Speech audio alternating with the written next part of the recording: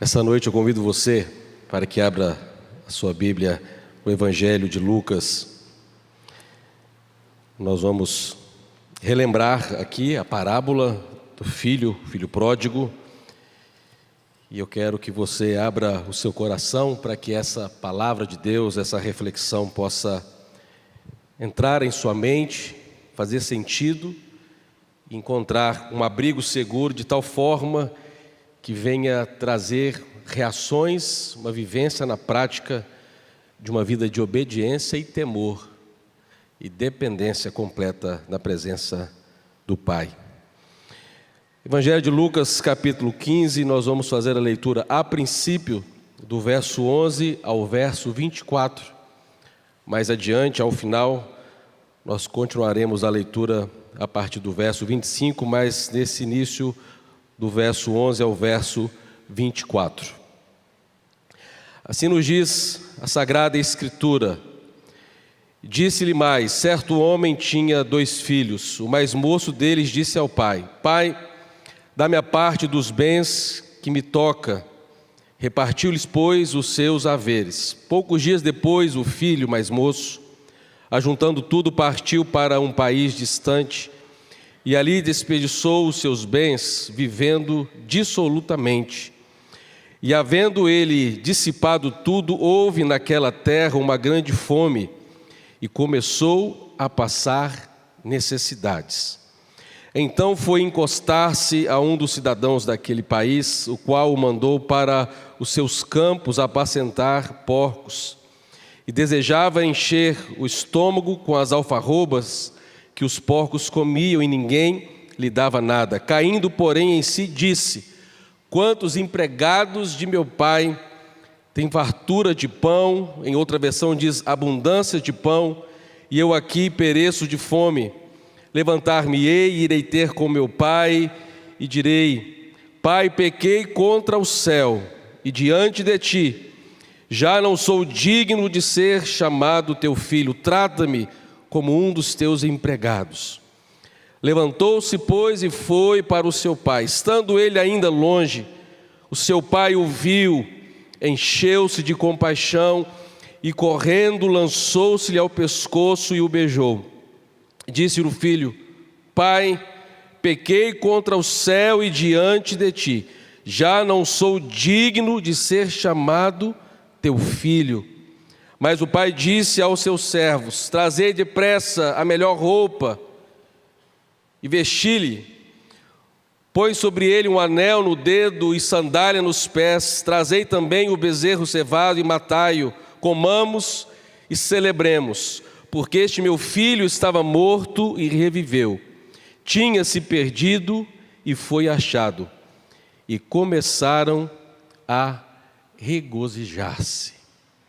Vamos orar, convido você a fechar os seus olhos mais uma vez. Senhor, entregamos a Ti a nossa vida e pedimos a iluminação do Teu Espírito Santo sobre cada um de nós aqui essa noite. Que não haja dispersão dos pensamentos, do raciocínio de cada um, mas que possamos voltar a atenção a Deus, à Sagrada Escritura, porque certamente o Senhor deseja falar com cada um de nós. O Senhor nos convida para que possamos abrir os nossos ouvidos atentamente, ouvindo a Tua palavra. É a oração que nós fazemos, Senhor. Em nome do Teu Filho Jesus, que nós oramos. Amém. De volta ao lar é o tema dessa pregação, dessa noite.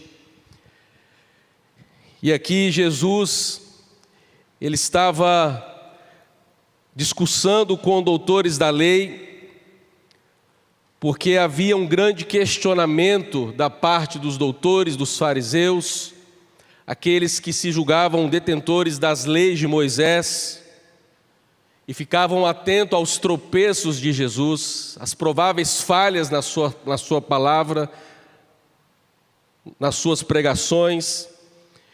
E aqui então Jesus começa uma parte linda, que é o Evangelho dentro do Evangelho.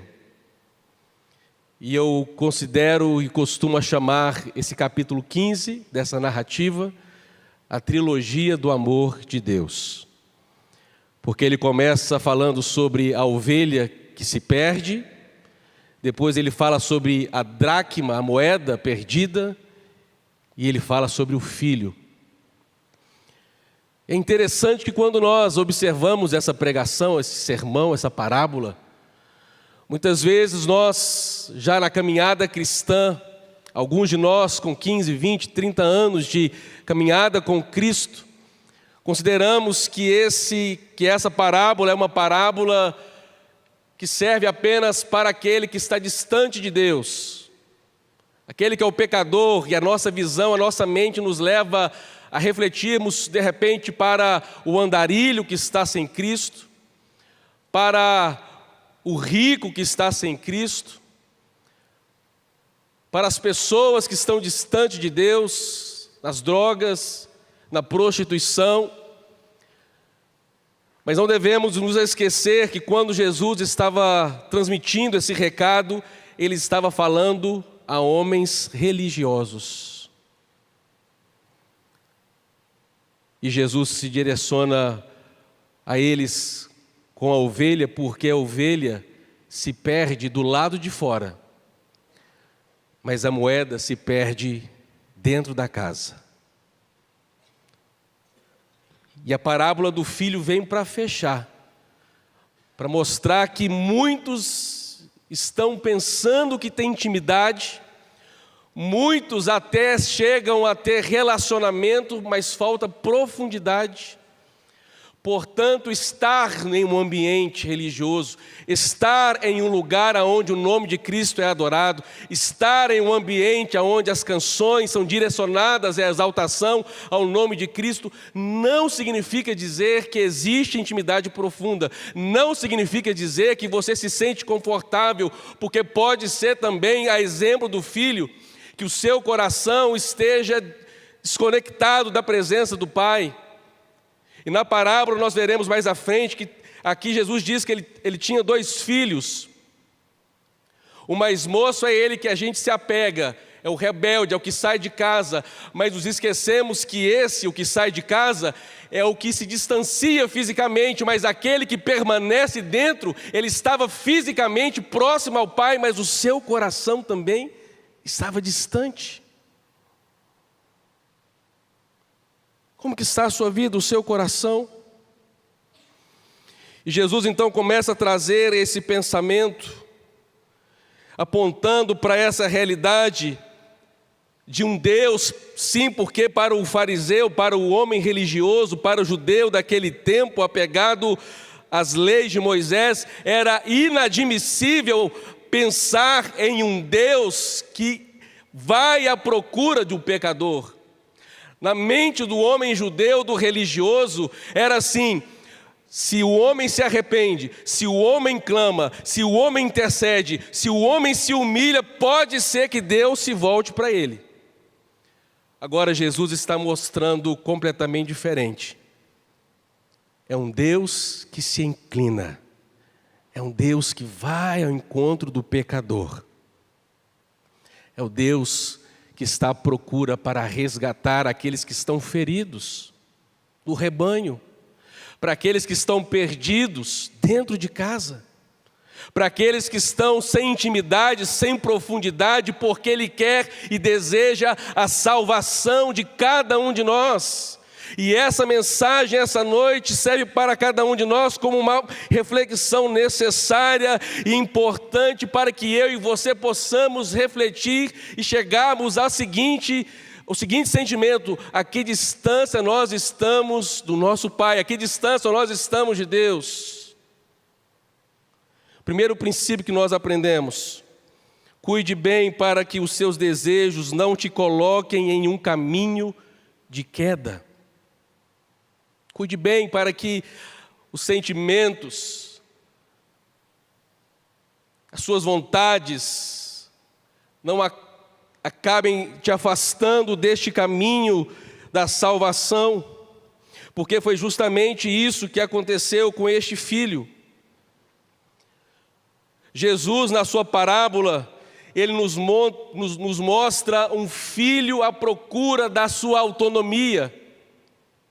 um filho à procura da sua autossatisfação, o filho à procura de uma inclinação à desobediência, porque na verdade o pai representa o próprio Deus, o filho representa cada um de nós, ou seja, a partir do momento que esse filho deseja se distanciar do seu pai, a mensagem de Jesus é: será que porventura não existe em nosso coração um desejo ou um sentimento de um distanciamento?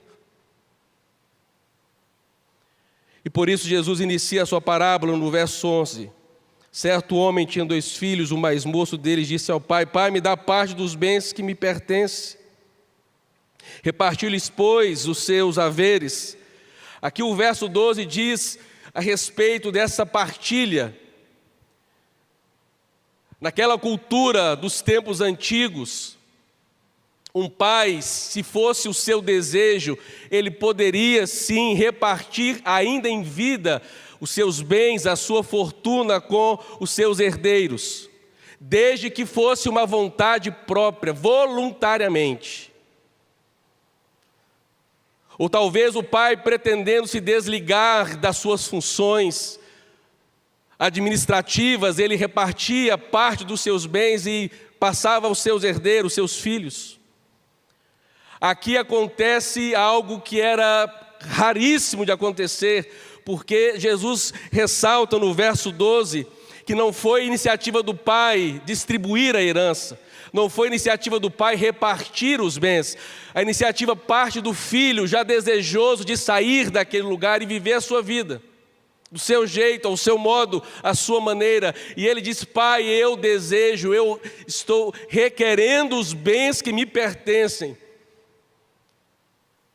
E quando essa atitude é desejada pelo filho, o filho está dizendo ao pai que para ele não existia mais afinidade, o relacionamento não existia, é como se o pai para ele já não existisse. Sem reverência, sem temor, sem respeito. E o filho mais moço então deseja pegar a sua herança e partir para a sua vida de rebeldia. E essa inclinação que o filho tem para essa vida distante da casa do pai, muitas vezes retrata cada um de nós, com as nossas inclinações para o pecado, as nossas inclinações para os nossos deleites, e deleites muitas vezes que nos afastam de uma vida de santidade, de pureza, na presença de Deus. Por isso é importante nós pensarmos que se o pai estava desejando a presença do filho e o filho não desejava mais estar na casa do pai, nem a presença do pai, o filho não estava mais concordando com as regras, e da mesma forma Deus tem os seus preceitos, os seus princípios. E quantas pessoas, embora num ambiente religioso, estão vivendo distante da palavra de Deus, sem obediência, sem reverência, sem temor. Uma sociedade que nós vivemos que valoriza justamente essa independência. E aí nós encontramos pessoas que nós convivemos no nosso dia a dia, pessoas que acabam tendo as suas conquistas, as suas posições, o seu prestígio na sociedade, na sua repartição, no seu ambiente de trabalho. Mas quantas vezes são pessoas completamente vazias, sem propósito, uma vida sem sentido, porque justamente falta essa intimidade com o Senhor. E o Senhor nos convida a não abandonarmos este lar, esse lugar de abrigo, mas nos convida a nós olharmos para dentro de nós e percebermos se, a exemplo do filho, eu e você também não temos desejado em certos momentos na nossa caminhada esse distanciamento da presença do Pai, da casa do Pai, esse relacionamento de profundidade. E o verso 13 diz assim: poucos dias depois, o filho mais moço, juntando tudo, partiu para um lugar distante, ou para um país distante, e ali desperdiçou os seus bens, vivendo dissolutamente.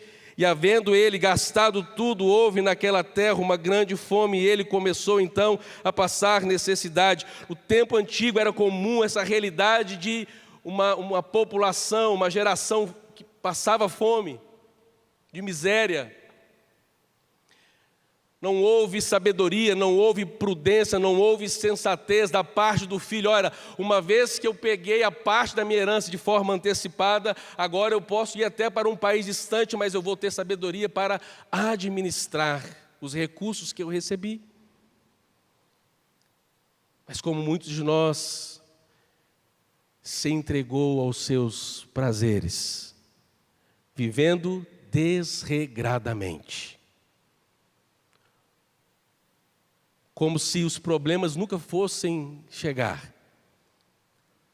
Como se a dor nunca fosse se tornar presente em sua vida. Como se a realidade da fome ou da miséria fosse algo muito distante, porque ele estava ali naquele momento gastando com as meretrizes, com as bebidas, com os prazeres dessa vida. E você sabe muito bem daquilo que distancia você da realidade de santidade, da sua pureza com Deus. E eu tenho uma sentença comigo, um pensamento que muitas vezes eu faço essa autorreflexão, que é o seguinte: todas as vezes que eu me distancio de Deus, da vida de oração, da leitura da palavra, cada vez mais eu me torno um homem carnal. Todas as vezes que um homem, uma mulher se distancia da vontade de Deus, a meditação da palavra, da Sagrada Escritura, nos tornamos homens e mulheres carnais. Não somos capazes de lidar com aquilo que acontece no nosso dia a dia. Primeira palavra que vem sobre nós, agimos com rispidez, destratamos as pessoas. E é justamente esse o símbolo daquele que vive longe da casa do Pai. Perde a referência, perde a estrutura, perde os princípios, eles não valem mais. Valia quando eu estava na casa, na presença, na intimidade, mas agora eu quero viver e me entregar a minha vida, as minhas paixões. Onde está o seu coração? Mas aprendemos ainda um outro princípio importante. Precisamos reconhecer a necessidade de um despertamento e um retorno para essa intimidade com o Pai. E aí nós vemos a partir do verso 17, olha comigo: caindo, porém, em si, disse: quantos empregados do meu pai têm abundância de pão, e eu aqui pereço de fome? Levantar-me-ei, irei ter com meu pai, direi: pai, pequei contra o céu e diante de ti. O filho agora, ele tem um momento de lucidez, ele tem um momento de sensatez. Porque agora, na dor, porque agora experimentando a fome, a tragédia e a falta do seu recurso, que outrora era abundante para ele, mas agora tudo havia se perdido. Ele coloca aqui, Lucas registra no verso 17, caindo, porém, em si, disse. Aqui é o pensamento que o filho faz para dentro de si, a sua alma aflita, a sua alma perturbada, a sua alma inquieta, a sua alma sofrida. E ele começa agora nesse tempo de reflexão, neste momento desse reconhecimento da necessidade, desse despertar espiritual, ele começa a dizer e a lembrar: a casa do meu pai, a abundância, a fartura.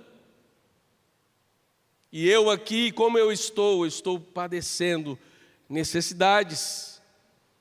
O filho, ele começa a lembrar do amor do pai. O filho começa a lembrar-se de que na casa do pai existia a provisão. Porque agora ele, embora filho, estava na miséria e os trabalhadores tinham aonde comer. E ele começa então a pensar nesse processo de retorno, no processo de volta, assim como também o Senhor tem nos chamado nessa noite, chama a cada um de nós para essa profunda reflexão, a necessidade do quebrantamento da nossa alma, que nos conduzirá a uma redenção. que nos conduzirá à libertação. Este momento em que o filho tem esse despertar da sensatez, vamos dizer assim, representa para nós também um apontamento sobre a graça de Deus. A graça de Deus que em qualquer momento, em qualquer circunstância, ilumina a mente do pecador através do seu Espírito Santo. Não importa o lugar que eu e você estejamos, a verdade é que quando nós experimentamos a casa do Pai, a intimidade do Pai, em qualquer lugar, em qualquer ambiente, você pode estar se entregando ao pecado, mas somos iluminados pelo Espírito Santo, porque uma vez já experimentamos da graça, já desfrutamos da companhia. Me recordo de uma jovem em Minas Gerais, a Roberta. A sua cunhada era uma mulher, uma serva de Deus, muitas vezes orava pela Roberta, pelo seu irmão. Só que Roberta não queria saber de Cristo, queria viver a sua vida louca no mundo. E a Roberta disse que em um carnaval fora de época, enquanto ela estava pulando em frente a um bloco, um trio elétrico, ela disse: pastor, naquele lugar improvável, de festa, de prazer da carne,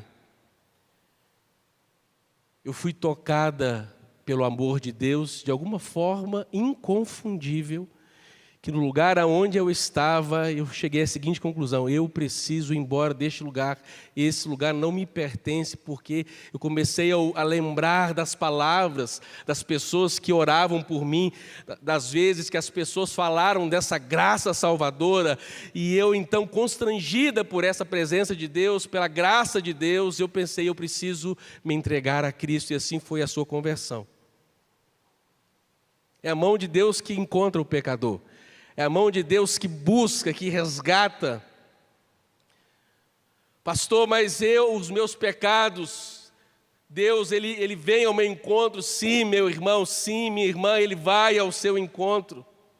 E muitas vezes, se necessário for, o Senhor nos dá aquela sacudida, Ele mexe na nossa estrutura, Ele nos permite, como filho, também passarmos pela dor, pelos vales, para que por meio da escassez possamos olhar para o alto e reconhecer: Senhor, em Ti está a minha vida, Tu és a minha esperança, Tu és o meu refúgio. Quantas pessoas se voltam para Deus no tempo da dor? E talvez, se eu pudesse dar o microfone a cada um, poderia dizer: pastor, sim, em um momento da minha vida o Senhor me resgatou, mas eu estava com meu coração endurecido, mas eu fui quebrantado pelas lágrimas, eu fui quebrantado pela a dor que invadiu a minha família, o meu coração, e eu me rendi completamente no altar de Deus. E esse filho, então, ele faz esse processo de volta, desse arrependimento, a metanoia, uma mudança de mente, aquele que está caminhando por uma direção de perdição, de pecado, prazeres da carne, e ele reconhece que precisa se voltar para a casa do Pai. É a metanoia, é voltar-se as costas para a antiga vida, e agora um olhar para um novo horizonte, uma nova perspectiva de um novo futuro na presença de Cristo, na presença de Deus. Como nós precisamos estar na casa do Pai. Em Atos 2:38, Pedro exorta, dizendo assim: arrependei-vos e cada um de vós seja batizado em nome de Jesus Cristo para perdão dos vossos pecados. Precisa acontecer o arrependimento. Davi, enquanto ele não confessou o seu pecado, enquanto ele não reconheceu a necessidade de estar ali diante de Deus, abrindo, rasgando o seu coração, ele diz, o Salmo 32, a sensação que eu tinha é como se os meus ossos estavam sendo moídos, exprimidos, quebrados. A mão do Senhor, ele diz, pesava sobre mim. A minha alegria se foi, ele usa uma expressão um símbolo interessante. A minha alegria sumiu, se foi como o orvalho se seca com o romper do sol pela manhã. Aonde estava a alegria do servo de Deus, da presença de Deus, da companhia de Deus? Havia desaparecido porque ele estava vivendo uma vida em abundante pecado, mas ele reconhece. Mas quando eu decidi abrir o meu coração, ele percebeu a graça e a salvação que estava em Deus.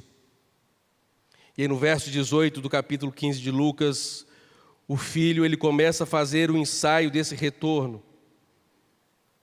E ele diz, olha que interessante, levantar-me-ei, irei ter com meu pai e direi, Pai, pequei contra o céu e diante de ti.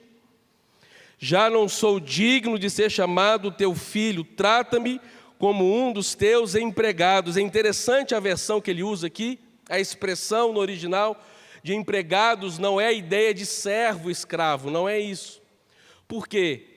Porque ele está dizendo o seguinte, pai, eu vou retornar, eu não desejo nem voltar na posição de filho, porque não sou merecedor, e nem na posição de um escravo. Por quê?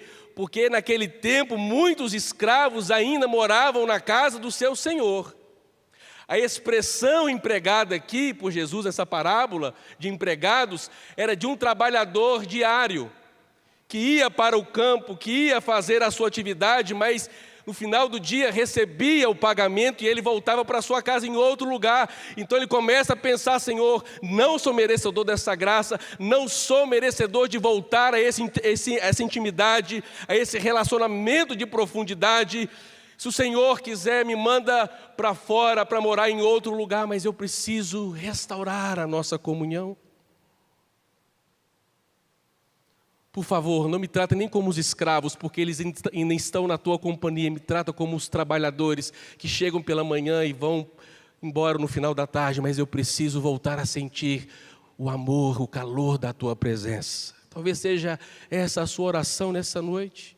Senhor, eu quero voltar, o amor dos primeiros dias. Senhor, eu quero voltar a sentir a Tua presença, o calor da Tua presença. Eu quero cumprir a Tua vontade, porque quando o filho sai de casa, e agora essa reflexão, é justamente porque ele não queria mais cumprir as regras que estavam dentro de casa. Todas as vezes que eu recordo desse texto e volto a essa parábola, eu me recordo de um tempo da minha vida, na minha infância, que um dia eu quis sair de casa. Contei para os jovens, certa vez, esse episódio da minha vida. Com 7 para 8 anos, eu pedi ao meu pai um presente, meu pai não quis me dar esse presente, eu falei com meu pai, eu vou sair de casa. Meu pai disse, tudo bem. Aí eu fiquei com muita raiva e pensei, então agora que eu vou sair de casa mesmo. Eu fui lá, com 7 anos, achando que dominava o mundo, peguei o lençol na minha cama, puxei assim com muita raiva, coloquei um par de sandália de couro, coloquei uma bermuda, uma camiseta, fiz uma trouxa, fui para a sala, meu pai estava na sala de casa, eu falei assim, pai, estou aqui passando e você está me vendo pela última vez, porque nunca mais coloco os meus pés nessa casa. E meu pai disse, meu filho, vai em paz, que o Senhor te acompanhe. Eu, puxa, realmente ele não me ama, porque nenhuma manifestação de misericórdia. E eu saí, comecei a andar ali naquele bairro, no bairro chamado Bairro São Pedro. Eu andei uns 4 a 5 quarteirões e me assentei. E ali comecei a passar 40 minutos, 1 hora e meia.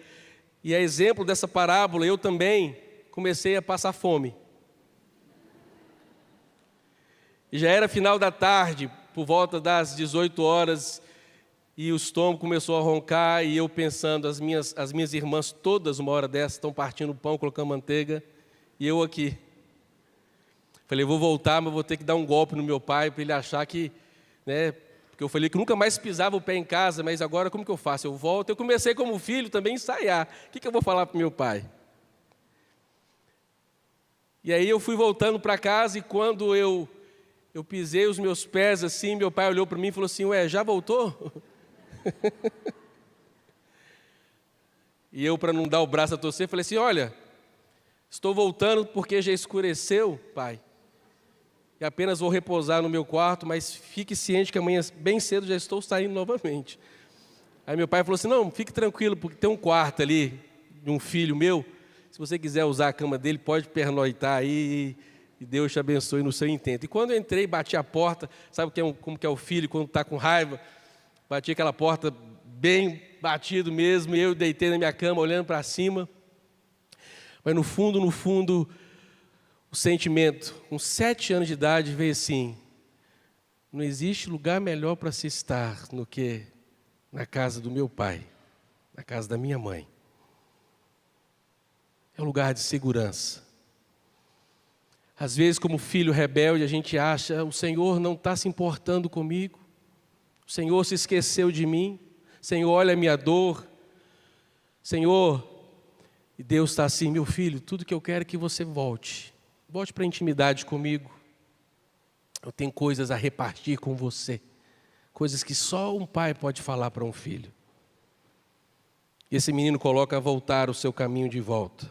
E para finalizar, o último princípio, não menos importante, lembre-se de que Deus nos concede o seu perdão, restauração e recomeço. Digam comigo as 3 palavras, perdão, restauração, recomeço. Vamos lá? Perdão, restauração, recomeço. Quando ele ensaia, então, pai, eu vou voltar, era um ensaio. Mas aquele ensaio ia chegar o momento da ação.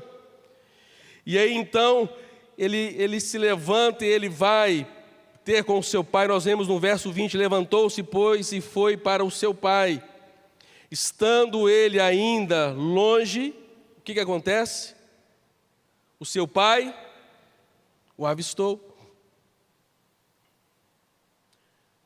Eu acho interessante como que Jesus conta essa narrativa e Lucas registra isso, porque não é o filho que olha para o pai, não é o filho que vai e já bate o olho e diz, pai, estou voltando. A impressão que eu tenho nessa parábola é de que o filho está voltando ainda com aquele sentimento do ensaio. Pai, o que eu vou dizer para o meu pai? Eu pequei, pai, pode me expulsar de casa novamente, eu não sou merecedor. E naquela frustração que muitas vezes nós carregamos em nossa vida, pelo peso da dor, pelo peso dos fracassos, pelo peso das escolhas erradas e pecaminosas e egoístas que nós fazemos, não temos a condição de olhar para o alto e reconhecermos que Deus está ali.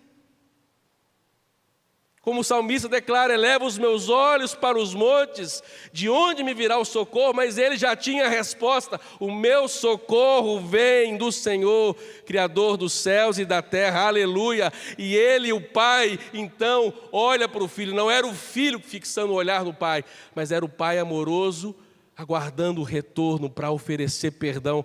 Nessa noite tem perdão nesse lugar para você, tem restauração nessa casa para você. Tem recomeço para você. O amor do pai rompe com as tradições daquele tempo, porque jamais um homem naqueles dias ficaria ali na expectativa do retorno de um filho rebelde que exigiu a sua herança. Mas o pai da parábola, que é o pai do céu, estava aguardando ansiosamente pelo retorno. Isso nos aponta para o amor incondicional de Deus. É o amor ágape. Porque se fosse o amor que levasse em conta o que o outro fez,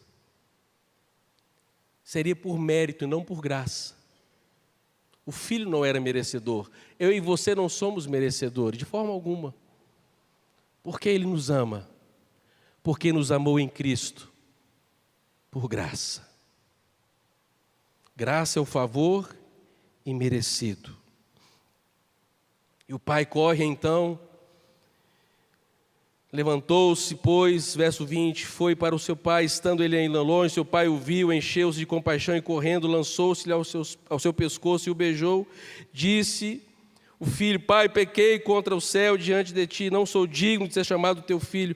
Mas o pai disse aos seus servos, trazei depressa a melhor roupa, Coloca sobre ele também um anel no dedo e sandália para os seus pés. Trazei também o bezerro cevado e matai-o, comamos e celebremos, porque este meu filho estava morto e reviveu, tinha se perdido e foi achado. A restauração deste menino, deste filho, não é somente um perdão. A restauração é um convite para que ele pudesse voltar e se assentar à mesa. Um convite para o retorno à intimidade, ao amor, ao relacionamento com o Pai. E quando ele pede aos servos que trouxessem a roupa, essas vestes, a expressão aqui traz a ideia de uma veste especial, como de um príncipe, ou para alguém, para um banquete muito especial, porque naquele sentido, essa veste está simbolizando honra. O filho, a filha que volta para a presença, para a intimidade, talvez vem muitas vezes manchado pelo pecado, descrente, ferido, e ele coloca as vestes, dizendo: meu filho, eu te concedo honra. Mas ele também pede o anel, e esse anel aqui é profundo também, porque ele representa a autoridade. O Pai está dando a ele a autoridade, porque está dizendo: olha, isso também pertence a você. Naqueles dias, muitas vezes, o anel era colocado no dedo de um empresário ou de um homem do campo, de um senhor, e muitas vezes ele selava um compromisso com aquele anel, e quando o pai coloca esse anel sobre o seu filho, ele está dizendo: eu, além da honra, eu te devolvo também a autoridade. E Jesus também nos convida, além do sacrifício que ele fez por nós, nos concedendo lugar à mesa, ele também nos dá autoridade para que em nome dele possamos levar o evangelho a toda criatura, repartindo dessa graça que eu e você recebemos. Autoridade para isso. E sandália nos pés significa liberdade, porque os escravos usavam, era o costume de não usar as sandálias. Mas agora o filho que chega descalço: meu filho, coloca as sandálias, eu te dou a liberdade. Honra, autoridade e liberdade para aquele que se arrepende, se aproxima do convívio do Pai. Muito mais coisa a gente podia compartilhar essa noite, mas eu quero apenas concluir a partir do verso 25. Vamos fazer uma leitura rápida. Ora, o seu filho mais velho estava no campo, e quando voltava, ao se aproximar de casa, ouviu a música e as danças, e chamando um dos servos, perguntou: o que era aquilo? Respondeu-lhe este: chegou teu irmão e teu pai matou o bezerro cevado, porque o recebeu são e salvo. Mas ele se indignou e não queria entrar. Saiu então o pai e insistia com ele. Ele, porém, respondeu ao pai: eis que há tantos anos eu te sirvo e nunca transgredi um mandamento teu, contudo, nunca me deste um cabrito para que eu pudesse me regozijar com os meus amigos. Vindo, porém, este teu filho, que desperdiçou os bens com as meretrizes, mataste-lhe o bezerro cevado. E o pai replicou: filho, tu sempre estás comigo, e tudo o que eu tenho é teu. Era justo, porém, nos alegrarmos e regozijarmos, porque este teu irmão estava morto e reviveu, tinha se perdido e foi encontrado. Quantas vezes a atitude desse filho mais velho não se parece conosco? Não celebramos o retorno, não celebramos a restauração. Estamos às vezes tão apegados à religiosidade que até nos esquecemos de que tudo que o Pai tem também é nosso. Tudo que o Pai tem é seu.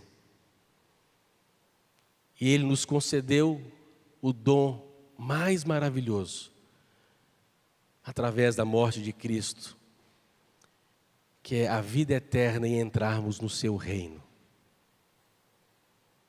Aquele filho não compreendeu a dimensão daquele amor. Mas eu convido você essa noite para que eu e você possamos refletir e repensar a nossa vida. E pedimos ao Pai que, por meio do seu Espírito Santo, possa moldar o nosso coração, quebrantar-nos nessa noite, para que possamos entender nessa parábola em que posição nós estamos, na posição do filho, desejoso de afastar-se para viver uma vida mundana e carnal, ou não, pastor, já me entreguei, agora como filho eu preciso retornar e me assentar a essa mesa, este lugar do banquete, da honra, a presença do Pai. Ou quem sabe você é como este irmão, que não consegue celebrar nada do que acontece, não consegue perceber as marcas, a presença de Deus nas coisas que acontecem em sua vida, porque justamente lhe falta o contentamento, que é a satisfação com aquilo que o Pai já te deu. Convido você a fechar os seus olhos agora. E nós vamos cantar. Fique de pé, nós vamos cantar o primeiro amor. Logo em seguida eu quero fazer uma oração, para que nessa noite o Senhor possa também nos dar discernimento pelo Espírito Santo.